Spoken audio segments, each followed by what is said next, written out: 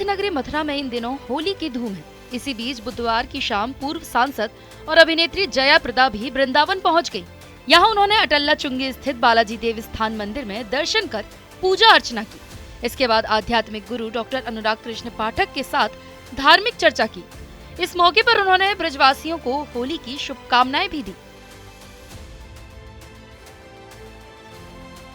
अब इसी बीच पत्रकारों के एक सवाल के जवाब में उन्होंने कहा कि अब सपा नेता आजम खान का खेल खत्म हो चुका है। उन्होंने न्यायालय का धन्यवाद देते हुए कहा कि आजम खान को जो सजा मिलनी चाहिए थी मिल चुकी है।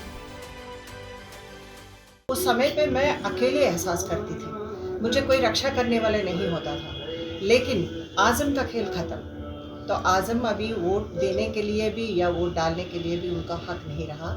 मैं आदरणीय अदालत को भी मैं धन्यवाद कहना चाहती हूँ कि सही समय पे उन्होंने इस तरह का जो आदेश मिला है और आजम को जो सज़ा मिलना चाहिए वो तो मिल चुकी है।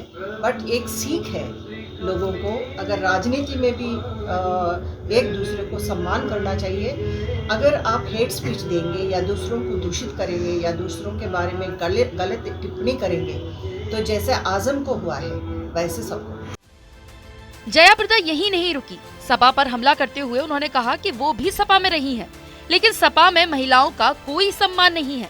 सपा का कार्यकाल भी लोगों ने देखा है, जिसका आतंक, जंगल राज और क्राइम सपा के शासन में रहा, यह किसी से छिपा नहीं है। लेकिन हमने सपा में भी जब रही तो हमने भी देखा है कि किस तरह का अखिलेश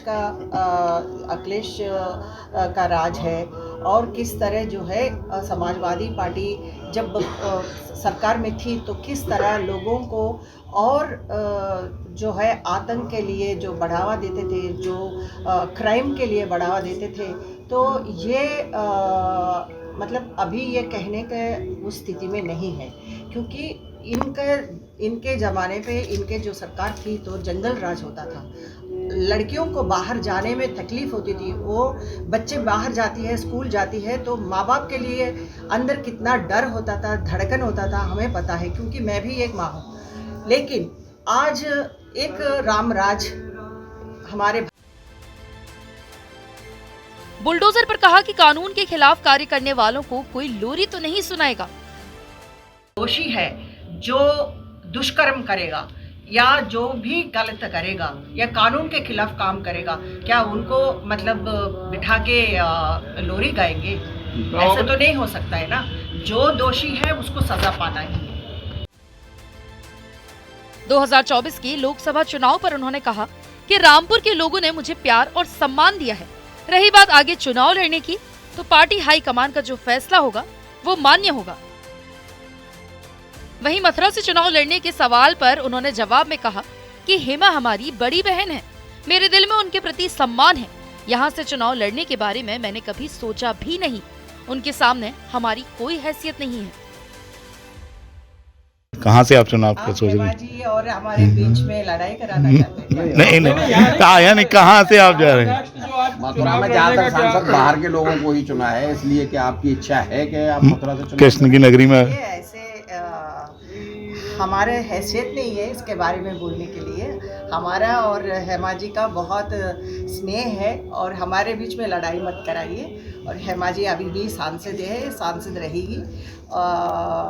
जो कुछ भी हम फिल्मों के अलावा भी हम एक दूसरे को बहुत प्यार करते हैं। हेमा जी हमारे लिए बड़ी बहन है, तो हम हमारे बीच में लड़ाई आप मत कराइए। और आगे का जो चुनाव है, मुझे रामपुर से लोगों ने मुझे परिचय दिया है और आगे अगर मुझे कहीं पे भी अगर लड़ना हो तो वो शीर्ष नेता लोग पार्टी में बीजेपी के हैं, तो उनका निर्णय पर आधारित है। महंगाई और घरेलू सिलेंडर के दाम बढ़ाए जाने पर उन्होंने कहा कि पीएम मोदी और सीएम योगी महंगाई को नियंत्रण करने के लिए लगातार काम कर रहे हैं। प्रधानमंत्री G20 को देश में इसलिए लेकर आए कि देश की अर्थव्यवस्था में सुधार हो सके।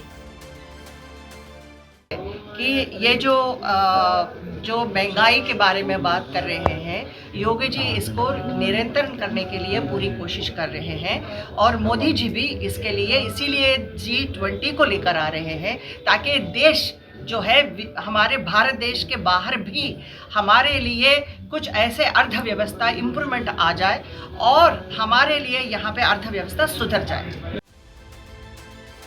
आपको बता दें कि इस अवसर पर नगर निगम के निवर्तमान उप सभापति राधा कृष्ण पाठक, भाजपा नगर अध्यक्ष विनीत शर्मा और महेश शर्मा भी मौजूद रहे।